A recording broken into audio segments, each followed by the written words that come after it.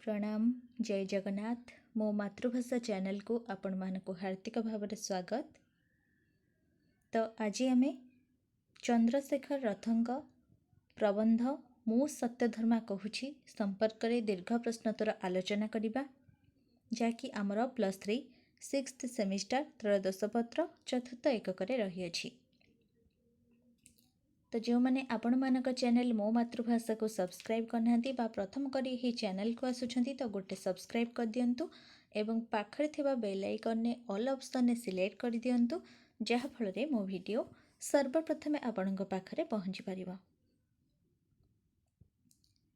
तो चलंतु आरंभ करिबा। सेमिस्टर एग्जाम रे आमर जेमती प्रश्न आसे सत्यर जुगे जुगे जय मु सत्यधर्मा कहूँ प्रबंधरु विचार कर। तो किपरि भावे जुगे जुगे सत्यर जय होई आसीछि से संपर्क रे आलोचना करिबा। तो यही प्रबंध रे सत्य ज्ञानी बा प्राज्ञर पुरुष थिले सॉक्रेटिस तांकरी संपर्क रे ही एठारे वर्णना करा जायछि जे कि एथेंस नगरीर सर्वश्रेष्ठ पुरुष थिले। किंतु समस्त सामाजिक बौद्धिक स्वाधीनता को छड़ाई निया जाई तांको बंदी गृह रे रखा जाइथिला साधारण कैदी परी एवं शेषरे तांको विषपान कराई मारी दिया जाइथिला। तो यही संपर्क रे ही एई प्रबंध रे आलोचना करा जाइछि। तो चलंतु देखिबा। ओडिया प्रबंध साहित्य रे जणे उज्ज्वलतम प्रतिभा हेउछंती श्रीजुक्त चंद्रशेखर रथ। स्वकीय शैली सूक्ष्म अंतर्दृष्टि और मननशीलतारे तांको प्रबंध राज्य समृद्ध मनमय तथा आत्मनिष्ठ प्रबंध रचना करी से प्रबंध साहित्य रे श्रेष्ठ स्थान अर्जन करिछंती। तो ओडिया प्रबंध साहित्य रे जणे उज्ज्वलतम प्रतिभा हेउछंती चंद्रशेखर रथ। तांकर जो सूक्ष्म अंतर्दृष्टि बा मननशीलता बा स्वकीय शैली रे से विभिन्न प्रबंध रचना करिछंती। श्री रथंकर श्रेष्ठ प्रबंध हेउछि मु सत्यधर्मा कहूछि। उक्त प्रबंध रे प्राबंधिक ख्रीष्टपूर्व 399 रे एथेंसर से समयर सर्वश्रेष्ठ ज्ञानी प्रज्ञ सबुठु सर्वोत्तम और सत मनीष रूपे परिचित सॉक्रेटिस को विषपान कराई हत्या करा जाइथिला। तो प्राबंधिक चंद्रशेखर रथंकर श्रेष्ठ प्रबंध हेउछि मु सत्यधर्मा कहूछि। तो यही प्रबंध रे प्राबंधिक वर्णना करछंती जे ख्रीष्टपूर्व 399 रे एथेंसर सर्वश्रेष्ठ ज्ञानी प्रज्ञ बा सबुठु सर्वोत्तम और सत मनीष रूपे परिचित होइथिबा सॉक्रेटिस को विषपान कराई हत्या करा जाइथिला। ग्रीसर विशिष्ट प्राज्ञ सत्यानुसंधानी महामनीषी सॉक्रेटिस जणे विशिष्ट सत्यधर्मी थिले। तांको विरुद्ध रे आसीथिबा समस्त अभियोग स्वार्थन्वेषी मनीष मानकर मनगढ़ा थिला ताहा से हृदयंगम करिछंती। सत्यर कंठरोध करिबाकु जाउथिबा एही अधिकारी मानकु से सतर्क कराई देइछंती उत्तर पुरुषंग पई जेमिति कोनोसी अनुशोचना न रहु। तो ग्रीसर विशिष्ट प्राज्ञ सत्यानुसंधानी महामनीषी सॉक्रेटिस जणे विशिष्ट सत्यधर्मी थिले। तो तांको विरुद्ध रे जो समस्त अभियोग गुड़िक होइथिला स्वार्थन्वेषी मनीष मानकर ता थिला मनगढ़ा एवं से ताको हृदयंगम करि परिथिले। तो सत्यर कंठरोध करिबाकु जाउथिबा एही अधिकारी मानकु से सतर्क कराई देइछंती उत्तर पुरुषंग पई जेमिति कोनोसी अनुशोचना न रहु। महाप्राज्ञ सॉक्रेटिस अविचलित आशंका विहीन कंठरे न्यायालयर अधिकारी मानकु सूचना देइछंती सत्य तांकर धर्म सत्य कहिबा बेले कोनोसी अनुनय विनय करि परिबे नाही।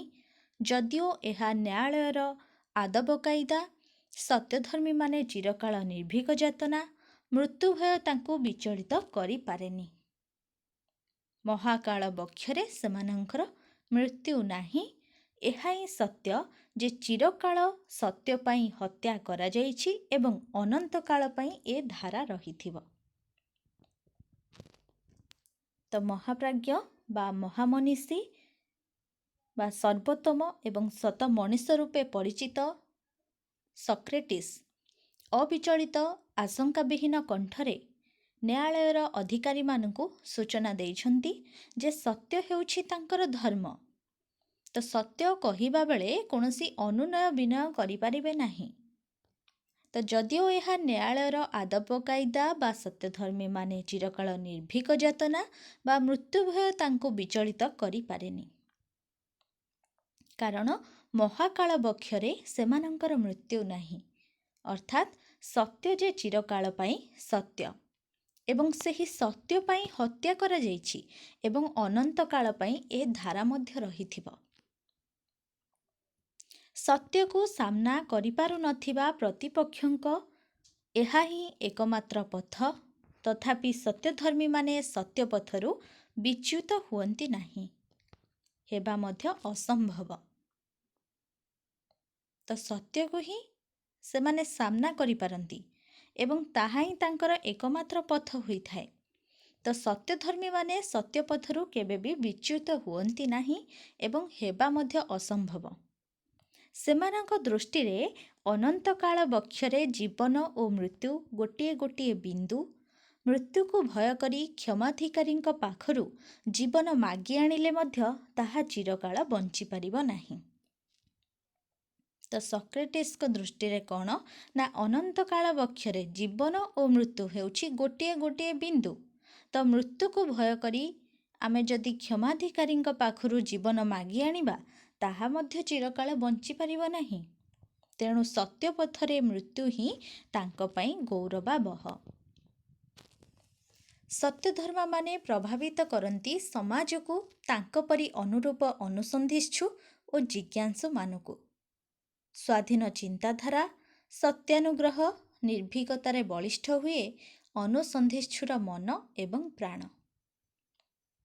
ତ ସତ୍ୟଧର୍ମାମାନେ ସବୁବେଳେ ପ୍ରଭାବିତ କରନ୍ତି ସମାଜକୁ, ତ ତାଙ୍କ ପରି ଅନୁରୂପ ଅନୁସନ୍ଧିତ୍ସୁ ବା ଜିଜ୍ଞାସୁମାନଙ୍କୁ, ଅର୍ଥାତ୍ ସେ ସବୁବେଳେ ସତ୍ୟର ଅନୁସନ୍ଧାନରେ ହିଁ ଥାଆନ୍ତି।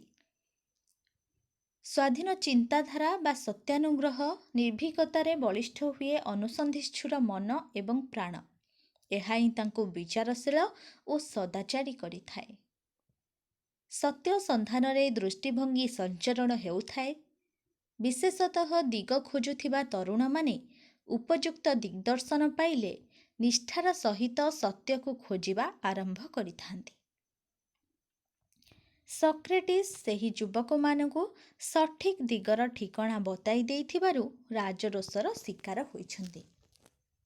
ତ ଆମର ଏଠାରେ ମୂଳ ବିଷୟବସ୍ତୁ ରହିଛି କ'ଣ ନା ସକ୍ରେଟିସ୍କୁ ସାମାଜିକ ବା ବୌଦ୍ଧିକ ସ୍ୱାଧୀନତା ତାଙ୍କ ପାଖରୁ ଛଡ଼ାଇ ନିଆଯାଇ ବନ୍ଦୀ ଗୃହରେ ଜଣେ ସାଧାରଣ କଏଦୀ ପରି ରଖାଯାଇଥିଲା ଏବଂ ଶେଷରେ ତାଙ୍କୁ ବିଷପାନ କରାଇ ମାରି ଦିଆଯାଇଥିଲା। ତ ତାର କାରଣ କ'ଣ ନା ସକ୍ରେଟିସ୍ ସବୁବେଳେ ସତ୍ୟଧର୍ମାମାନଙ୍କୁ ହିଁ ଖୋଜିଥାନ୍ତି ବା ଅନୁସନ୍ଧିତ୍ସୁ ବା ଜିଜ୍ଞାସୁମାନଙ୍କୁ ବା ଯେଉଁମାନେ ସତ କହୁଥାନ୍ତି ବା ସତ୍ୟାନୁଗ୍ରହୀ ହୋଇଥାନ୍ତି ବା ନିର୍ଭୀକତାରେ ବଳିଷ୍ଠ ହୋଇଥାନ୍ତି, ତ ସେଇମାନଙ୍କୁ ହିଁ ସେ ମନ ପ୍ରାଣ ଦେଇ ଖୋଜିଥାନ୍ତି ଏବଂ ସତ୍ୟ ସନ୍ଧାନରେ ଯେଉଁ ଦୃଷ୍ଟିଭଙ୍ଗୀ ସଞ୍ଚରଣ ହେଉଥାଏ ଏବଂ ଦିଗ ଖୋଜୁଥିବା ତରୁଣମାନେ ଉପଯୁକ୍ତ ଦିଗ୍ଦର୍ଶନ ପାଇଲେ ନିଷ୍ଠାର ସହିତ ସତ୍ୟକୁ ଖୋଜିବା ଆରମ୍ଭ କରିଥାନ୍ତି। ତ ସକ୍ରେଟିସ୍ କ'ଣ କରନ୍ତି ନା ସେହି ଯୁବକମାନଙ୍କୁ ସଠିକ୍ ଦିଗର ଠିକଣା ବତାଇ ଦେଇଥିବାରୁ ସେ ରାଜରୋଷର ଶିକାର ହୋଇଛନ୍ତି, କାରଣ ସେ ସବୁବେଳେ ସତ୍ୟର ସନ୍ଧାନରେ ହିଁ ଥାଆନ୍ତି। ସତ୍ୟଧର୍ମାମାନେ ସ୍ୱଭାବ ସୁଲଭ ପ୍ରଭାବିତ ନଦୀର ସ୍ରୋତ, ସାମ୍ନାରେ ସତ୍ୟ ଅନ୍ୱେଷଣର ବିଶାଳ ରହସ୍ୟମୟ ସାଗର। ସେଇ ସାଗର ଉଦ୍ଦେଶ୍ୟରେ ସେ ତଲ୍ଲୀନ ହୋଇଥାଏ। ମାତ୍ୟମାନେ କାହାର ଅନୁଗତ ବା ଅନ୍ଧସ୍ତାବକ ନୁହନ୍ତି। ସେ ତ୍ରିକାଳ ଦ୍ରଷ୍ଟା। ଅତୀତ, ବର୍ତ୍ତମାନ, ଭବିଷ୍ୟତ ପାଇଁ ଯାହା ଶ୍ରେୟ ତାହା ହିଁ ସାଧନା କରିବା ସେମାନଙ୍କର ଶ୍ରେଷ୍ଠ ଧର୍ମ। ତ ସତ୍ୟଧର୍ମା ମାନେ ଥିଲେ ସ୍ୱଭାବ ସୁଲଭ ପ୍ରବାହିତ ନଦୀର ସ୍ରୋତ। ତ ସାମ୍ନାରେ ଥାଏ କ'ଣ ନା ସତ୍ୟ ଅନ୍ୱେଷଣର ବିଶାଳ ରହସ୍ୟମୟ ସାଗର। ତ ସାଗର ମଧ୍ୟରେ ଯେପରି ଭାବରେ ସ୍ରୋତ ପ୍ରବାହିତ ହୋଇଥାଏ, ସେହିପରି ଭାବରେ ସତ୍ୟଧର୍ମାମାନେ ମଧ୍ୟ ସ୍ୱଭାବ ସୁଲଭ ଢଙ୍ଗରେ ପରିଚିତ ହୋଇଥାନ୍ତି ଏବଂ ସେଇ ସାଗର ଉଦ୍ଦେଶ୍ୟରେ ସେ ତଲ୍ଲୀନ ହୋଇଥାନ୍ତି। ତ ମାତ୍ୟମାନେ କାହାର ଅନୁଗତ ବା ଅନ୍ଧସ୍ତାବକ ନୁହନ୍ତି, ସେ ହେଉଛନ୍ତି ତ୍ରିକାଳ ଦ୍ରଷ୍ଟା, ଅର୍ଥାତ୍ ଅତୀତ, ବର୍ତ୍ତମାନ, ଭବିଷ୍ୟତ ପାଇଁ ଯାହା ଶ୍ରେୟ ତାହା ହିଁ ସାଧନା କରିବା ସେମାନଙ୍କର ଶ୍ରେଷ୍ଠ ଧର୍ମ। କୌଣସି ସ୍ୱାର୍ଥର ବଶୀଭୂତ ହୁଅନ୍ତି ନାହିଁ ସେମାନେ। ସାର୍ବଜନୀନ କଲ୍ୟାଣ ଯାହାର ଉଦ୍ଦେଶ୍ୟ, ତା ପାଖରେ ସ୍ୱାର୍ଥର ସ୍ଥାନ ନାହିଁ। ଚିରାଚରିତ ଲୌକିକ ପନ୍ଥାରୁ ସେମାନେ ଭିନ୍ନ। ସତ୍ୟଧର୍ମାମାନେ ରକ୍ତ ମାଂସ କ୍ଷୁଧା ତୃଷାର ମଣିଷ ହେଲେ ମଧ୍ୟ କୌଣସି ମୂଲ୍ୟ ବିନିମୟରେ ଜୀବନ ଭିକ୍ଷା କରନ୍ତି ନାହିଁ। ସତ୍ୟର ମର୍ଯ୍ୟାଦା ହାନି କରିବାକୁ ସେମାନେ ଚାହାନ୍ତି ନାହିଁ କି ଆତ୍ମାକୁ ଅବନମିତ କରିପାରନ୍ତି ନାହିଁ। ଅର୍ଥାତ୍ ତାଙ୍କର ମଧ୍ୟ ରକ୍ତ ମାଂସର ଶରୀର ହେଲେ ମଧ୍ୟ ବା ରକ୍ତ ମାଂସର ମଣିଷ ହେଲେ ମଧ୍ୟ ସେ କେବେ ବି କୌଣସି ମୂଲ୍ୟ ବିନିମୟରେ ଜୀବନ ଭିକ୍ଷା କାହାର କରନ୍ତି ନାହିଁ। ସେ ସବୁବେଳେ ସତ୍ୟର ଅନୁସନ୍ଧାନରେ ଥାଆନ୍ତି। ତ ସତ୍ୟର ମର୍ଯ୍ୟାଦା ହାନି ସେ କେବେ ବି ଚାହାନ୍ତି ନାହିଁ ବା ଆତ୍ମାକୁ କେବେ ବି ଅବନମିତ କରିପାରନ୍ତି ନାହିଁ। ଶରୀରକୁ ଜୋର ଜବରଦସ୍ତି ବିନାଶ କରାଇଦେଲେ ଆତ୍ମାର ମୃତ୍ୟୁ ଘଟେ ନାହିଁ କି ସତ୍ୟ ଚେତନାର ମୃତ୍ୟୁ ଘଟେ ନାହିଁ। ଶରୀର ତ ଅସତ୍ୟ ବିନାଶଶୀଳ, ଦିନେ ମୃତ୍ୟୁର ଅଧୀନ ହୋଇଥାନ୍ତା। ସକ୍ରେଟିସ୍ ଅବଶେଷରେ ଦେଶବାସୀଙ୍କ ଉଦ୍ଦେଶ୍ୟରେ ସୂଚନା ଦେଇଛନ୍ତି ଯେ ତାଙ୍କର ମୃତ୍ୟୁ ନାହିଁ। ବାସ୍ତବିକ ସତ୍ୟଧର୍ମାମାନଙ୍କର ମୃତ୍ୟୁ ହିଁ ନଥାଏ। ତ ଶରୀରକୁ କେବେ ବି ଜୋର ଜବରଦସ୍ତି ବିନାଶ କରାଇଦେଲେ ଆତ୍ମାର କେବେ ବି ମୃତ୍ୟୁ ଘଟିନଥାଏ ଏବଂ ସତ୍ୟ ଚେତନାର ମଧ୍ୟ ମୃତ୍ୟୁ ଘଟିନଥାଏ। ତ ଶରୀର ହେଉଛି ଅସତ୍ୟ ବିନାଶଶୀଳ ଏବଂ ମୃତ୍ୟୁର ଅଧୀନରେ ବା ଉଦ୍ଦେଶ୍ୟରେ ଯେଉଁ ଦେଶବାସୀଙ୍କ ନିମନ୍ତେ ସେ ସୂଚନା ଦେଇଛନ୍ତି ଯେ କ'ଣ ନା ତାଙ୍କର ମୃତ୍ୟୁ ନାହିଁ। ବାସ୍ତବିକ ସତ୍ୟଧର୍ମାମାନଙ୍କର ମଧ୍ୟ ମୃତ୍ୟୁ ନଥାଏ। ସେମାନେ ଚିରକାଳ ବଞ୍ଚି ରହିଥାନ୍ତି ଜିଜ୍ଞାସୁ ଓ ଅନୁସନ୍ଧିତ୍ସୁମାନଙ୍କ ମନରେ।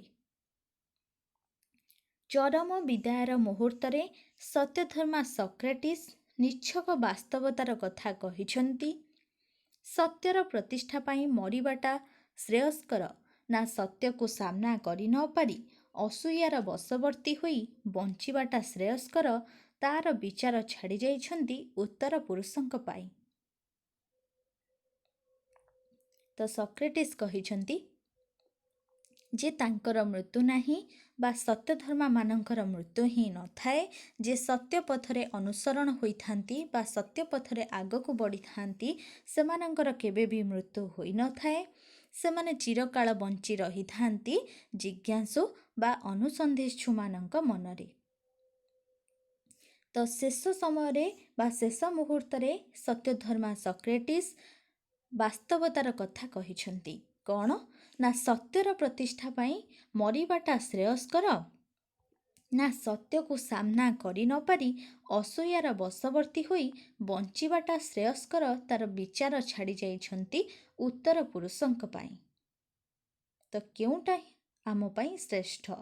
ତ ସତ୍ୟର ସାମ୍ନା କରି ବା ସତ୍ୟର ପ୍ରତିଷ୍ଠା କରି ମରିବାଟା ଆମ ପାଇଁ ଶ୍ରେଷ୍ଠ ନା ସତ୍ୟକୁ ସାମ୍ନା କରି ନ ପାରି ବା ଅସୂୟାର ବଶବର୍ତ୍ତୀ ହୋଇ ବଞ୍ଚିବାଟା ହେଉଛି ଶ୍ରେୟସ୍କର? ତ ବାସ୍ତବରେ ଏହା ଏକ ସାର୍ଥକ ରଚନା। ତ ଏହି ପ୍ରବନ୍ଧରେ ଆମେ ସକ୍ରେଟିସ୍ କିଭଳି ଭାବେ ସତ୍ୟକୁ ସାମ୍ନା କରୁଥିଲେ, ସବୁବେଳେ ସତ୍ୟ ପଥରେ ହିଁ ସେ ଆଗେଇ ଚାଲିଥିଲେ, ସତ୍ୟାନୁସନ୍ଧାନୀ ଥିଲେ ବା ମହାମନୀଷୀ ସକ୍ରେଟିସ୍, ତ ତାଙ୍କରି ସମ୍ପର୍କରେ ହିଁ ଏହି ପ୍ରବନ୍ଧରେ ଆଲୋଚନା କରାଯାଇଛି। ସତ୍ୟ ପାଇଁ ସେ କେବେ ବି ପଛଘୁଞ୍ଚା ଦେଇନଥିଲେ, ଯାହାଫଳରେ କି ତାଙ୍କୁ ବିଷ ପିଆଇ ହତ୍ୟା କରାଯାଇଥିଲା। ତ ଏହା ଥିଲା ଆଜିର ମୁଁ ସତ୍ୟଧର୍ମା କହୁଛି ବା ସତ୍ୟର ଯୁଗେ ଯୁଗେ ଜୟ ସେ ସମ୍ପର୍କରେ ଦୀର୍ଘ ପ୍ରଶ୍ନୋତ୍ତର ଆଲୋଚନା। ଆଶା କରୁଛି ଏହା ଆପଣମାନଙ୍କ ପାଇଁ ବହୁତ ଉପାଦେୟ ହେବ। ତ ଭିଡ଼ିଓ ଭଲ ଲାଗିଥିଲେ ଲାଇକ୍ କରିବାକୁ ଆଦୌ ଭୁଲିବେନି ଏବଂ ସାଙ୍ଗମାନଙ୍କୁ ମଧ୍ୟ ସେୟାର କରିଦେବେ, ଯାହାଫଳରେ ସେମାନେ ମଧ୍ୟ ଉପକୃତ ହୋଇପାରିବେ। ତ ରହୁଛି, ସମସ୍ତେ ଭଲରେ ରୁହନ୍ତୁ, ଖୁସିରେ ରୁହନ୍ତୁ। ଧନ୍ୟବାଦ।